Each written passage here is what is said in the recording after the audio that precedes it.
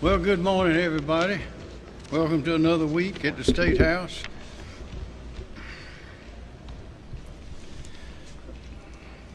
Appreciate you coming. The weather is beautiful. The vacations are over. The children and young people are going back to school. There's a lot of activity out there now. People are getting ready to settle back down. And what I wanted to remind people is that if you are going to get a vaccination, now is a great time to do it.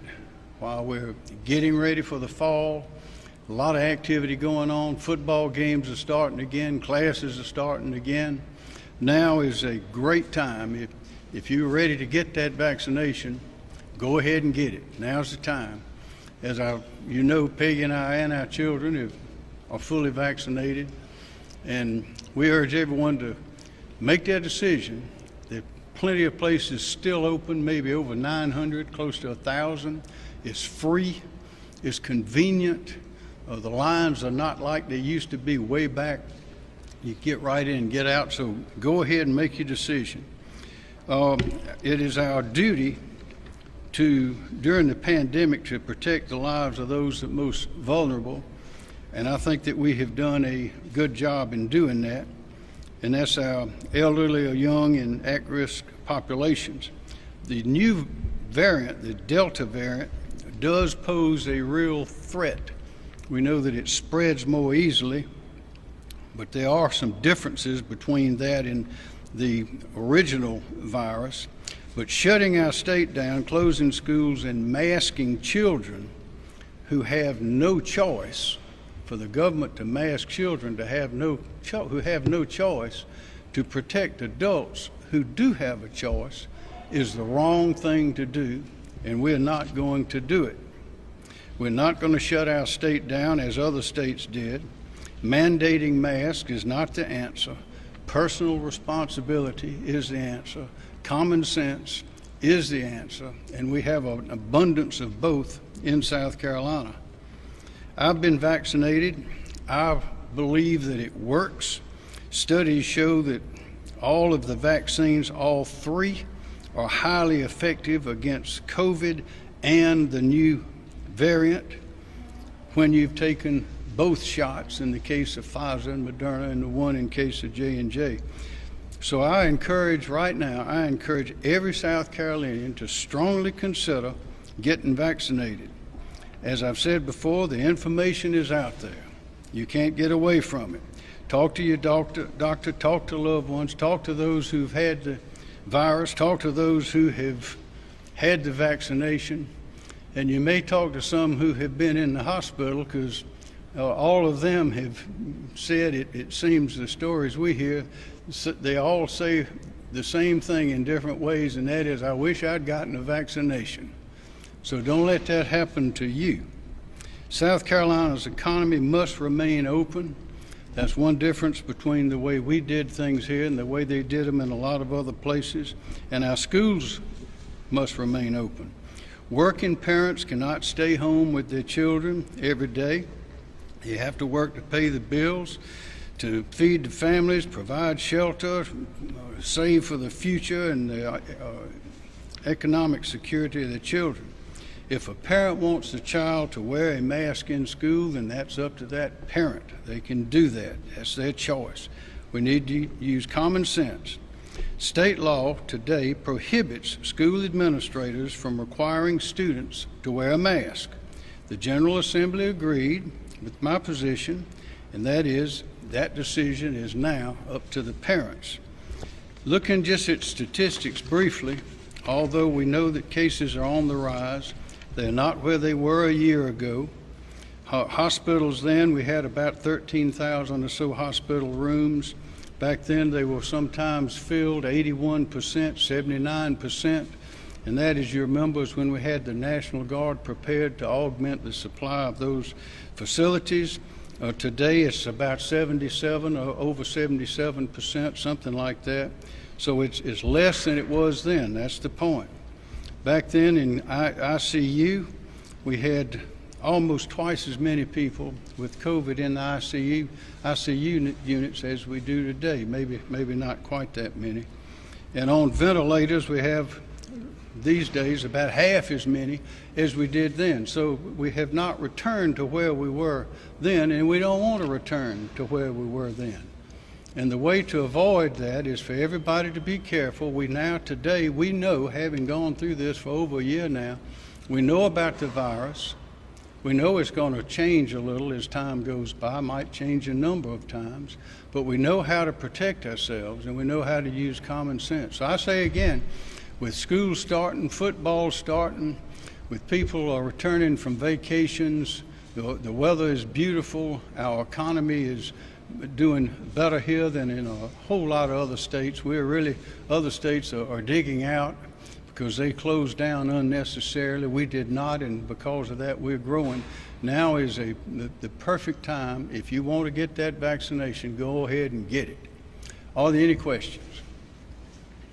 Governor, there are limited virtual learning options for some students and some of our public schools. Given that we have a teacher shortage right now across the state and not masking has shown in countless studies that there could be outbreaks and transmission, do you not worry about the limited learning options that could shut down schools? No, we have so much money coming into the state for education now. We have plenty of funds to address any shortcomings like that. But we do know this. Of course, if a parent wants to go virtual, then that's up to that parent. But we know that the virtual learning has not worked very well in South Carolina or anywhere else. We know that because of the children being out of school for so long, we know we do not want to repeat what we went through before. There are estimates by educators and others around the country and even around the world who say that there's some children that never will recover in their educational process because of what they went through. That is, taking a year off is highly unadvisable in educating a child, and there's social, emotional problems, all that stem from it. We want to get the children back into school, and we do not want to have a repeat of what we did last year. Do you believe that masking would prevent children needing to go virtual, or give comfort to parents who are worried that their children? I think those are up to those questions up to the parents. It's the parents that knows their child, they know the impact this has had on the child, their children, and there's ample information about what the risks are and what the risks are not. And we, by state law, we are not going to have mask mandates in the public schools. You mentioned hospital Jamie? capacity. There are some hospitals, especially metro hospitals, that are now starting to feel the strain again. Are you prepared to do anything similar to what you did in the past? The numbers, the general numbers are down from what they were before. The numbers last year did not reach what the worst case scenario, which we were prepared for, but it never arrived. And that's because we handled it well, and we'll do it again this time. I mean, but just to be clear, are you planning to do anything on hospital capacity right now? We do what is necessary to protect the people of South Carolina. But at this point, it's clear it's not like it was last year. We know how to handle the virus now. It's a completely different situation. Yes, sir. You're talking about the seriousness of the Delta variant. Why aren't you doing this press conference along with officials from DHEC, other health officials? Why what? Why aren't you doing this press conference along with DHEC officials? Well, the information I'm giving you has just come off the press this morning from the DHEC officials. On that, DHEC has said that in order to protect children younger than 12, as you were saying, of course, masking would help, as we're not doing masking in indoor settings with little social distancing. Yeah, masking would help, but so would keeping them home. So keeping them in their bedroom and not sending them to school at all. That's not necessary, and there are negative consequences that come from all of that. There's a way to make our way through this without activating all the negative consequences that we saw last year. Governor, what are those negative consequences of having children and adults wear masks? It's going to stop the children from transmitting it to other children also. Well, you may have read about the teachers, and educators and professionals in that area say that it's difficult to communicate with a young child who's wearing a mask. They can't see the teacher's face. The teacher can't see the children's faces. The children can't see each other's faces. But the question is that necessary to do that, to take that step? And we believe that it is not necessary to take that step, and that's why the legislature passed that law. Yes, sir. Last week, the mayor here in the city tried to amend an actual mask mandate for schools coming up in the fall. Is that against state law? And if it is against state law, he says that he believes the courts will uphold that. Is that not going to happen? That mandate, I believe, is contrary to state law. I don't know if it will be tested in court, but the state law is crystal clear that state funds are not to be used to enforce a mask mandate, and the very people that were listed as those who would be responsible to enforce the mandate are, of course, paid in whole or part with state funds. State funds infused everything that happens in our public school system. There's no way to get away from it. And whether the masks are provided free or by some other source is irrelevant to the question, because if the enforcement mechanism is present in the school, then that is using state funds to enforce it. That's my view. I think that's the view of the General Assembly, and I would think that would be a view of a court if it were presented to a court. Yes, sir. Governor, local officials, Richland One District, have secured masks through other sources like churches and other nonprofits provide to students and faculty inside schools. What's your take on that, for them to not mandate necessarily to provide these masks from other sources that's not funded by the state? I think it ought to be up to the parents. If the parents want to have their children have masks, then they can send them to school with them. But again, simply providing the source of the mask is not the question. The question is it being enforced through directly or indirectly with the use of state funds? So the closer you get to the answer to that being yes, then the more of a violation it is. Yes, sir. Many of the things that you did last year to guard against the virus, you're saying today you just will not do because cases are not at a certain level. What is that level or that threshold? There's no magic number. The thing to remember is that we are dealing with a virus that we know this year. We did not know it last year. We took measures based on our best information at the time.